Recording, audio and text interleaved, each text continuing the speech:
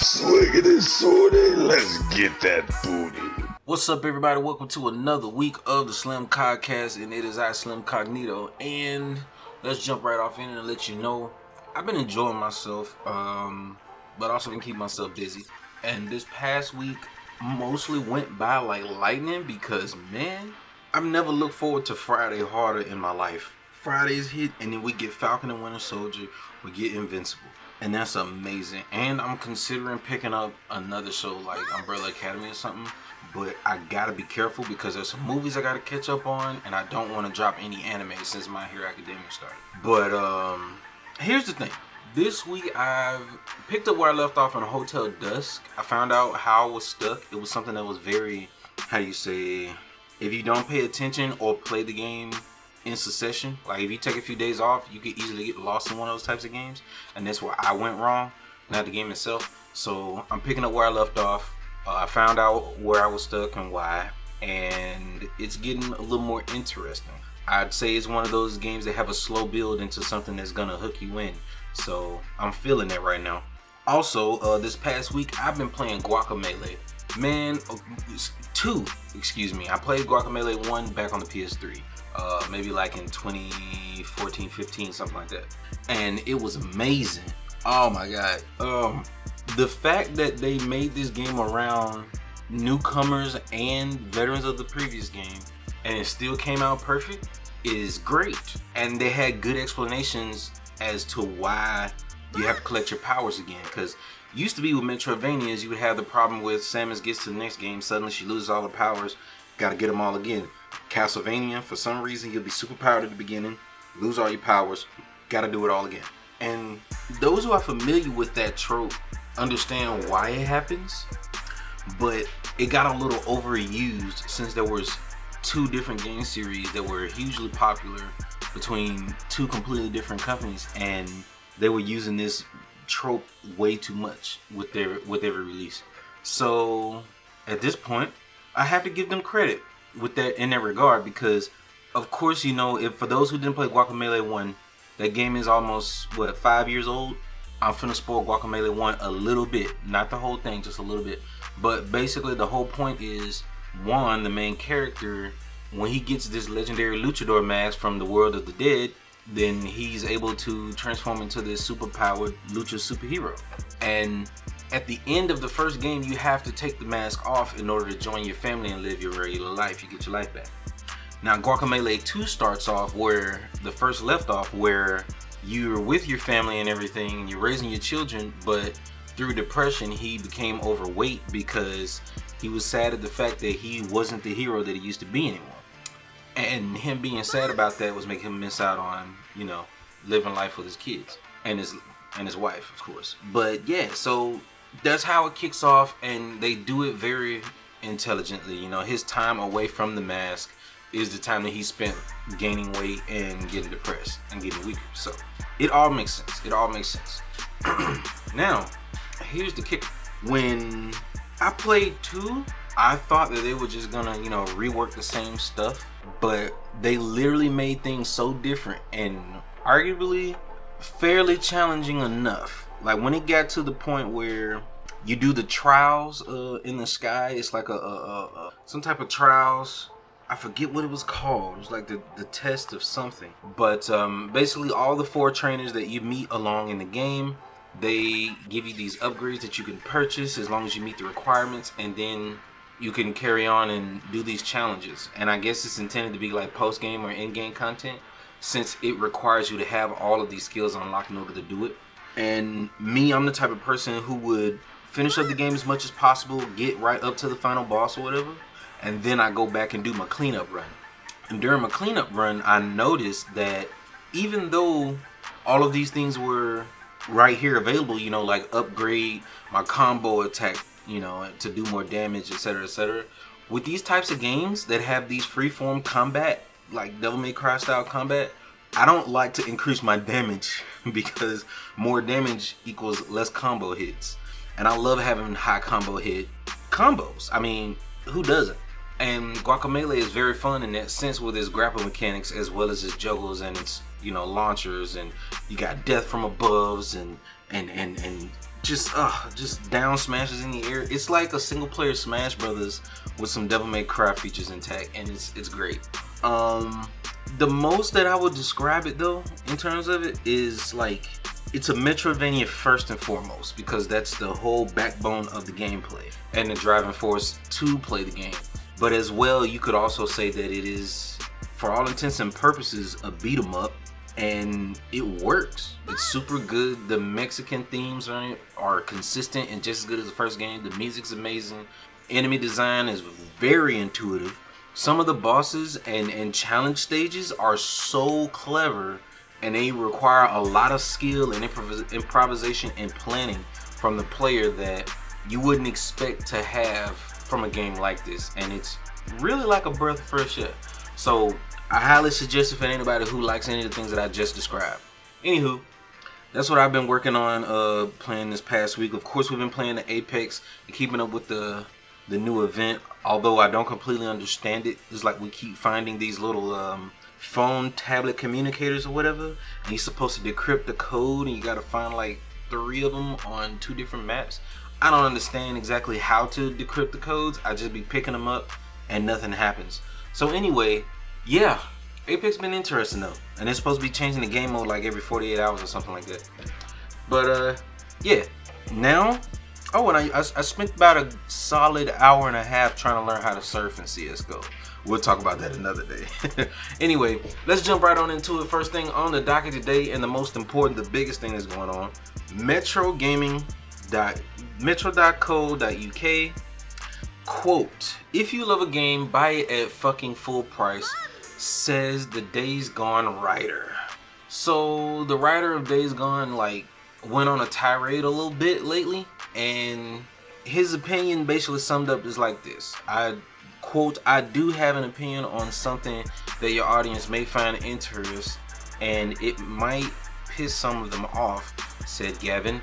If you love a game, buy it at fucking full price. I can't tell you how many times I've seen gamers say, yeah, I got that on sale, or I got it through PlayStation Plus, whatever.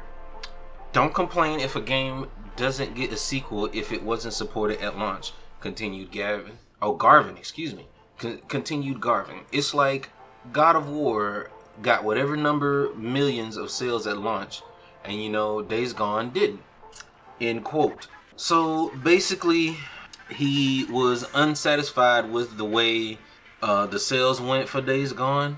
I heard that it actually had good promise and it was a great story. I've seen, actually, my family, my stepfather loves that game. He's beaten it probably like 3 times. And I wanted to get to it myself, actually. I actually can't wait. It's supposed to be, it's one of the reasons why I went back to my PS4 and started booting up games that was on the backlog on it, because I've been on the PC too much. And the game does look great, but I will admit, we purchased the game. However, we didn't, I don't remember, no, it wasn't full price, but I know it wasn't like cheap either. I don't remember how much we spent on it, but I do also remember this game released with a lot of bugs, and it was very iffy, and it had good marketing. I remember seeing an ad for it when I was going to watch, I think it was Captain Marvel in theaters, or was it one of the Avengers? I can't remember. I think it was Captain Marvel. But I remember seeing a Days Gone advertisement before the movie started. So they had good marketing, and the money was there, but not enough people bought it on release, he says. Because let's be frank, after a game drops so many in price, as soon as it's released, okay, I've managed at a GameStop, and as soon as a game comes out, it's literally marked down to a cheaper price for a used copy almost immediately. And because of that, there's always going to be someone who's going to take that potential $60, which they don't get the full 60, but that potential bit of money out of Sony's pocket. Because once it's sold used in GameStop, that money goes to GameStop, not to Sony, not to Microsoft, not to Nintendo. That's the reason why so many games in GameStop by Nintendo do not depreciate in value, period. Well, really anywhere. Nintendo does not allow depreciation of their products too often.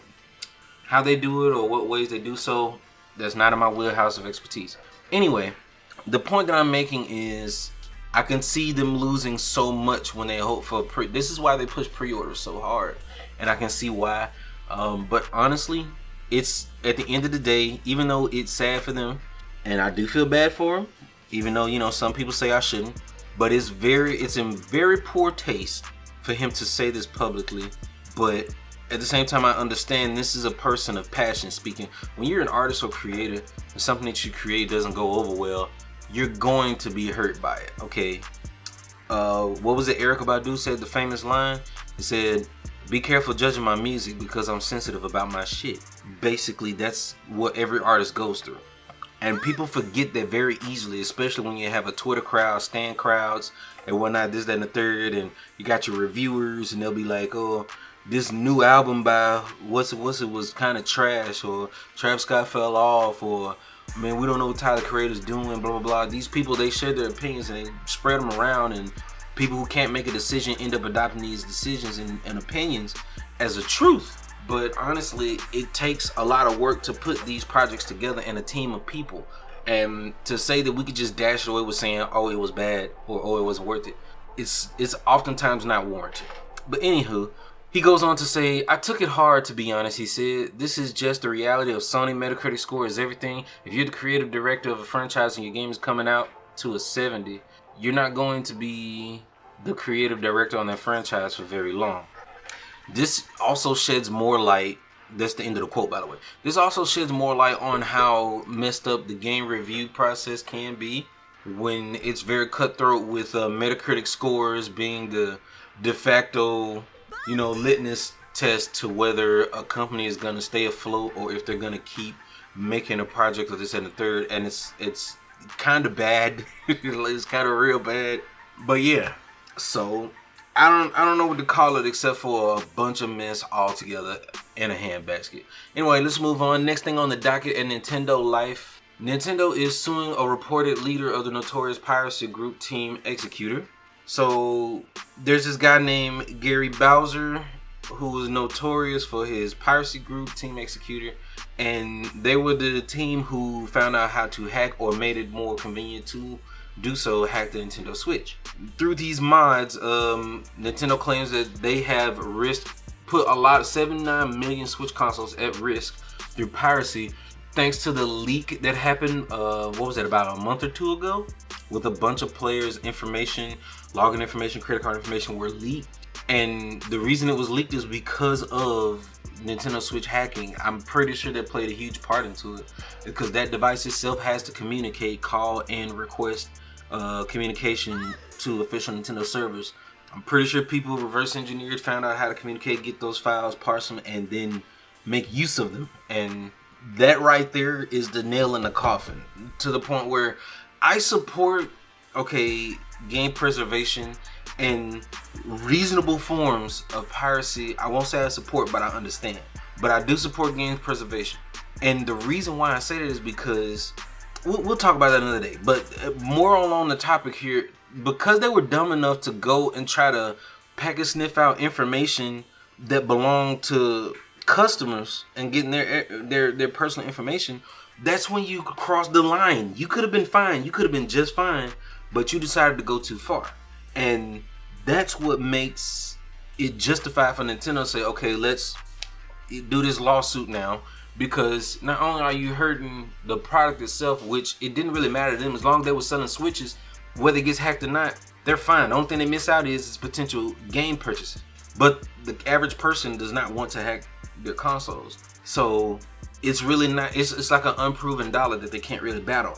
But once you put people's information at risk under Nintendo's name, which their contract and end user agreements and whatnot say, and it's an agreement that your information is safe with Nintendo, and in this case, because of them, they can't hold up to that clause, oh yeah, boy, you getting sued. And I almost don't even feel bad for you. So ain't much else to say about it. It's just that he was arrested and charged with 11 felony counts last year, and now he's getting sued. 51-year-old Canadian guy, and apparently he's been in business of creating and selling hacking devices since at least 2013. So yeah, shit happens, I guess. I don't want to be mean, but I do have to be fair. Melee Battle Royale Naraka according to PCGamer.com, Bladepoint is doing an open beta next week. Can't wait. I had a trailer sent to me that does look amazing. Well, I ain't gonna say amazing, but it looked like it's got potential, and I want to get my hands on it to really feel the pace of the game. Because it doesn't feel... It feels kind of rigid just by watching the trailer, so I'd have to see for myself as you touch it. But, yeah. Unveiled in 2019, it's a multiplayer melee action game with a boundless movement system and accessible controls, and a block and parry system that doesn't actually use or even have a block button, which is very, I'd say, interesting to say the least. Players will feel every attack and utilize everything in their skill set and armor to achieve victory. Developer 24 Entertainment said, "Our teams have created something visually stunning and instantly appealing to fans of multiplayer online combat. Melee seems to be the preferred fighting style," the studio said. "The excitement you feel when you switch to melee weapons and charge toward your enemy with your teammates is one unique characteristic of Naraka Bladepoint." So yeah, can't wait for that. Hope to see more. Can't really say more about it just yet, or else we'll get our hopes up, or we'll be too pessimistic and enjoy it when it comes out.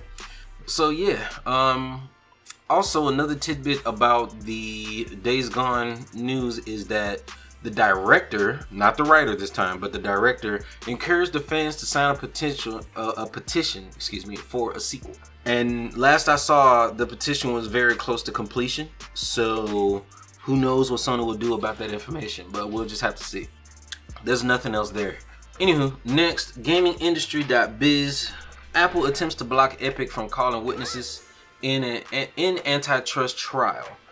Basically, it's the discussion of having third-party witnesses, but there's a lot of stipulations around it. And just to be fair, Apple did not want these witnesses to be included, but they kind of had to just to sum things up in layman's terms. And the reason that it was very uneasy is because they'd kind of be blindsided with this, because there was no plans or I guess these witnesses were not originally announced to be a part of the trial, which you pretty much have to reveal by law what you are working on. You have to reveal it to the opposing, what's what I'm looking for? I guess party would suffice. I can't think of the right term, but the defense attorney, whatever you're working on and things that you uncover and evidence that you find, you have to share it with the prosecution, and vice versa. You can't just pop out evidence out of nowhere and it's like, okay, here's exhibit C. You can't do like Phoenix Wright and just pull out some evidence that nobody was ready for, because otherwise you're not really, even if it wasn't forged evidence and it wasn't, you know, processed to legitimize it or not, it's still no way to build your case against that argument. Even if you rightfully can build a case against it, you could literally throw everybody off and win people over just by introducing this new information. So it's just not a good look, whether you're doing it for malicious intent or for the betterment of your client. Either way, that's just not how law works. So to sum it all up, it just had them a little uneasy and they didn't want it there, but it had to happen and they couldn't object to it.